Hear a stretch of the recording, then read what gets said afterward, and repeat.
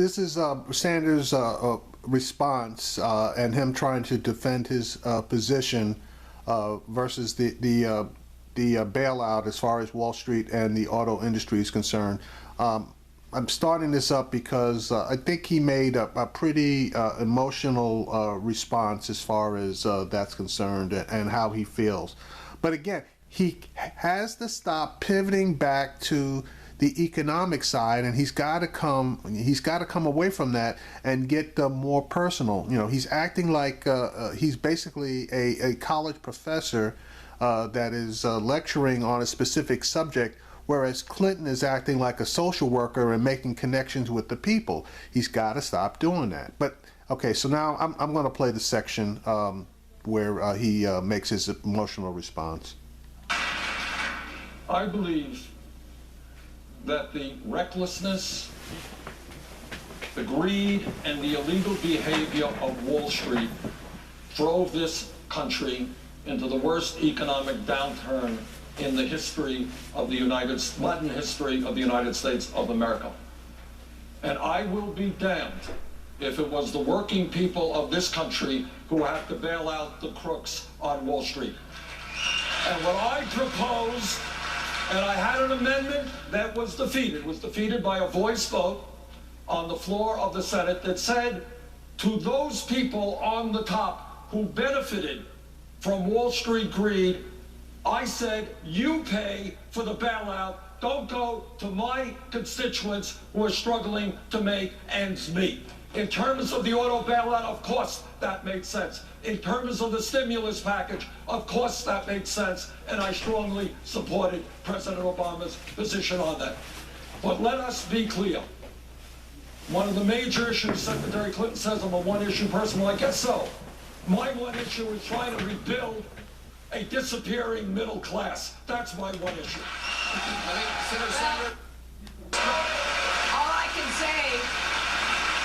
All I can say is that given the terrible pressures that the auto industry was under, and that the middle class of this state and Ohio and Indiana and Illinois and Wisconsin and Missouri and other places in the Midwest were facing, I think it was the right decision to heed what President-elect Obama asked us to do. He sent a letter, an authorized letter, asking us to support that, to save the auto industry. Yeah, were there things in it that you and I would not have necessarily wanted? That's true. But when it came down to it, you were either for saving the auto industry or you were against it. I voted to save the auto industry, and I am very glad that I did. Let me just say this while we're on Wall Street. One of us has a super PAC. Okay. Let me just go back on what she just said. She got him game, set, and match on that one.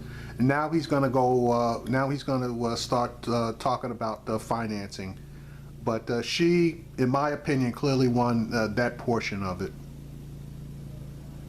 One of us has raised $15 million from Wall Street for that super PAC.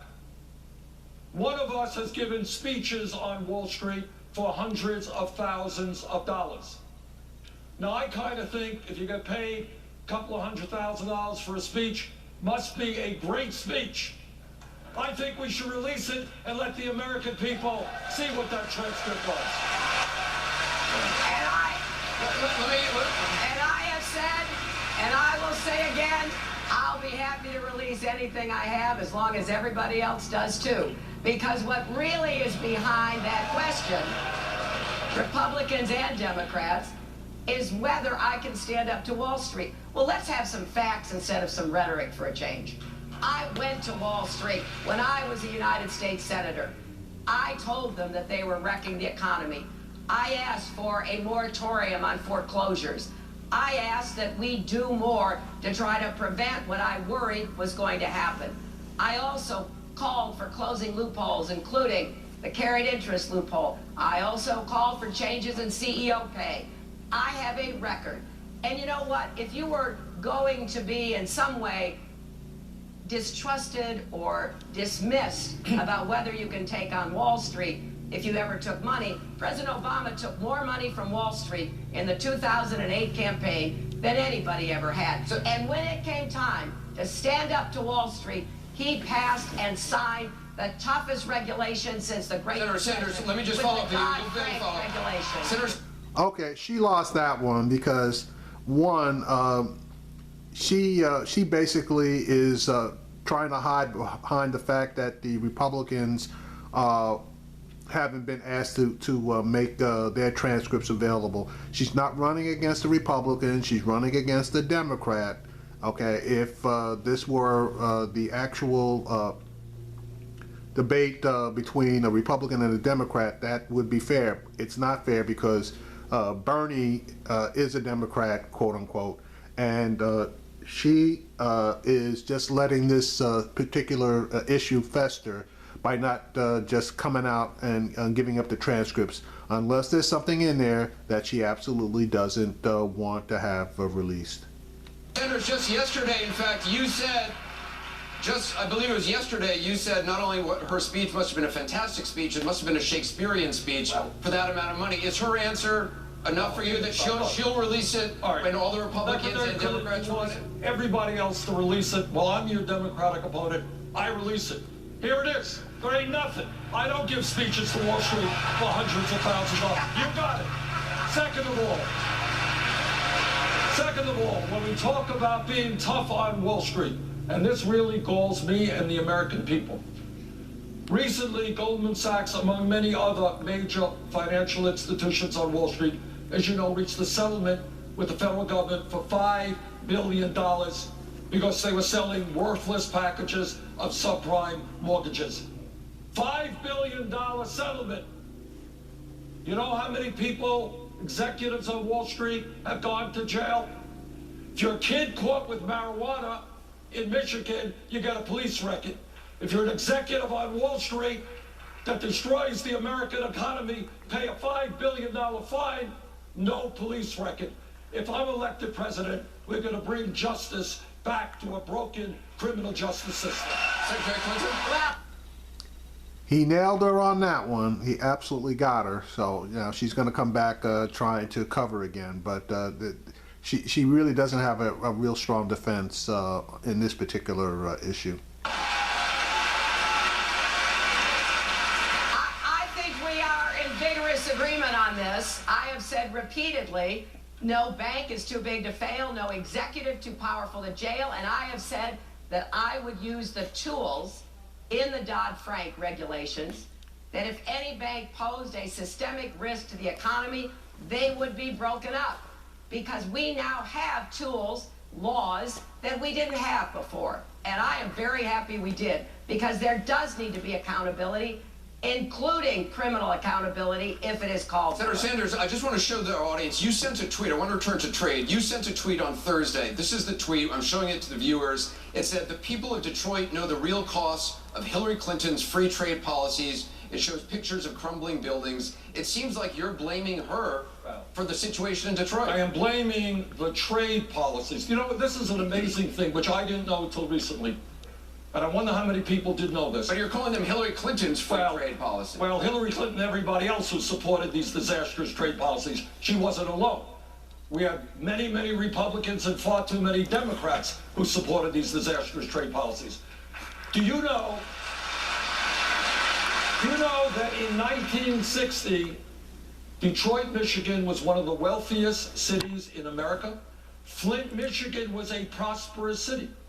But then what happened is corporate America said, why do I want to pay somebody in Michigan a living wage when I can pay slave wages in Mexico or China? We're going to shut down, we're going to move abroad, we're going to bring those products back into this country. Those trade policies, as much as any other set of policies, has resulted in the shrinking of the American middle class. And I'll tell you what else it did. It's not only job loss by the millions, it is the race to the bottom, so that new jobs in manufacturing, in some cases today, pay 50% less than they did 20 years ago. How stupid is that trade policy? Well, Secretary Clinton. You know, if we're going to argue about the 1990s instead. Okay, now here she comes with deflection because he absolutely has her on the trade side. So now she's going to pivot into a different section, and then I'm going to comment on that section after she gets done. Talking about the future, which I'd much prefer because I think every election is about the future, and you all deserve to know what we will do to help you have a brighter future. But if we are going to talk about the 1990s, I think it's only fair to say that at the end of the 1990s, after 2 terms of my husband's presidency, the unemployment rate in Michigan was 4.4%. There had been a net increase of 54,000 manufacturing jobs. There had been a net increase of 653,000 jobs overall. And one of the ways jobs were brought to and grown here in Michigan was through something called the Export-Import Bank, which helped a lot of businesses, particularly small businesses, be able to export around the world. Senator Sanders opposes that. I think we're in a race for exports. I think China, Germany, everybody else supports their businesses. Here in Michigan, there's been $11 billion in recent years used to support exports, primarily from small businesses. I favor that. He's opposed it. I want to do everything I can for us to compete and win in the global economy. I just want to explain, as president. I just want to explain to viewers what the Export-Import Bank is, in case everybody's not quite as wonkish as all of us on the stage here. The Export-Import Bank, it's a federal agency. It gives loans to companies that export American products. Senator Sanders, you do oppose it. The vast majority of the bank's customers are small businesses, 176 right here in Michigan. What do you say to small business owners I'll tell you what I who say. rely on the banks to make their I'll companies tell you what profitable? I say. Do you know what the other name of the Export-Import Bank is? What it's called in Washington?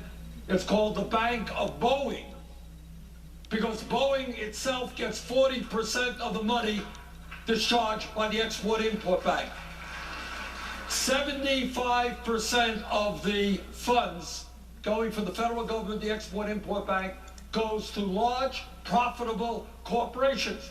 Many of these corporations have shut down in America and have gone abroad to exploit poor people. You know what? I don't think it's a great idea for the American taxpayer to have to subsidize through corporate welfare profitable corporations who downsize in the United States of America. 75% of that money goes to large, profitable corporations. Senator Sanders, you were the only member of the Democratic caucus Right. to vote against it. You're agreeing with Senator Ted Cruz on this. Why is he right and the Democrats wrong? Well, let me tell you, I don't want to break the bad news. Democrats are not always right. Democrats have often supported corporate welfare. Democrats have supported disastrous trade agreements. But on this issue, I do not believe in corporate welfare. And in fact, Secretary Clinton may know or not know that as a member of the Financial Services Committee, I work very hard and successfully to make sure that at least 20% of the money went to small businesses, which is where it should go, not to profitable corporations downsizing our country. Now, he should have taken that just a step further and said that if we want to have the Export-Import Bank, its use should be limited to small and medium-sized businesses, not businesses anywhere near the size of Boeing, so that it actually helps the middle class and the upper middle class, the American people. But he didn't go there. Now, Clinton's going to come back with a response, and I'm going to basically comment on her response because it's not really taken out to its logical conclusion. Clinton? Well,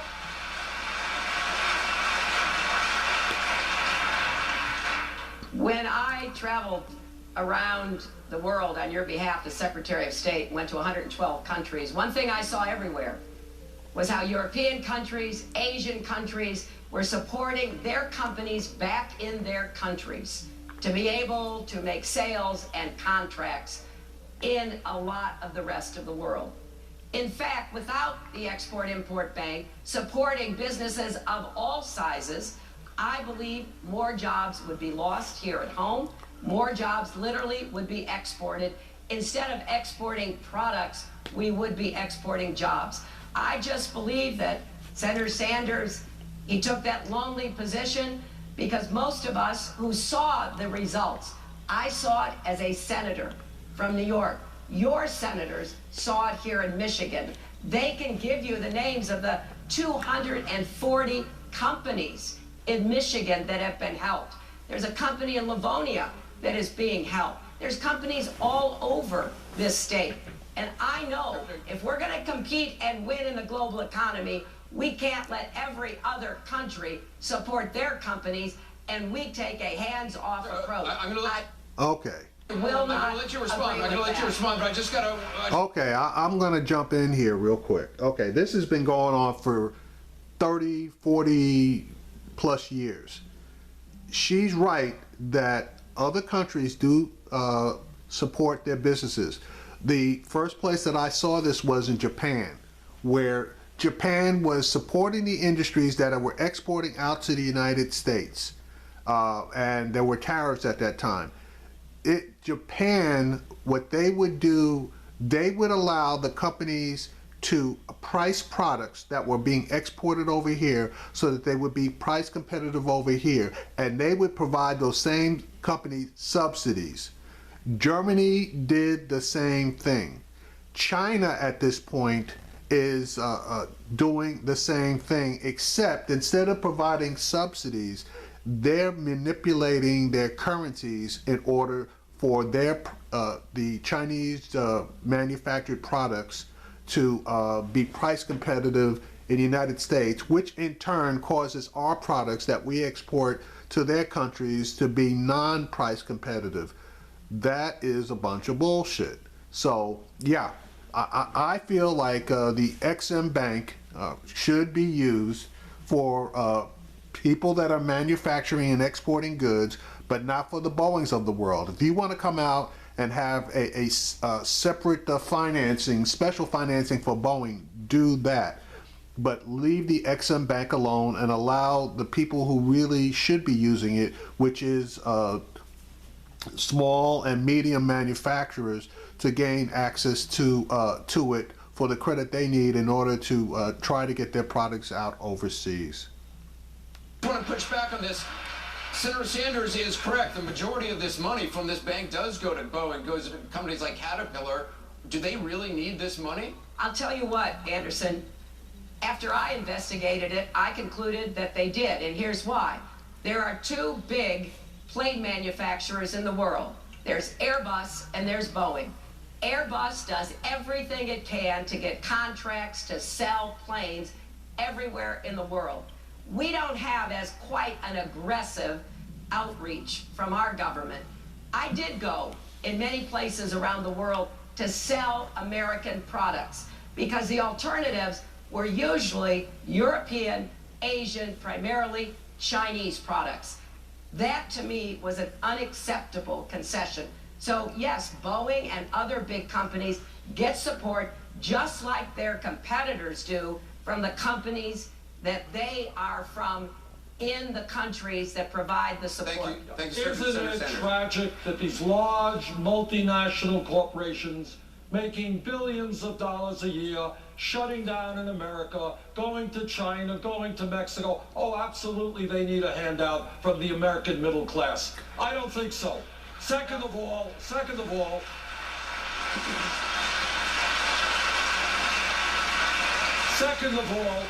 Secretary Clinton has traveled the world. She's been to Europe, and let's talk about Europe versus the United States. I am sure that when you were in Europe, in France, and Germany, and the UK...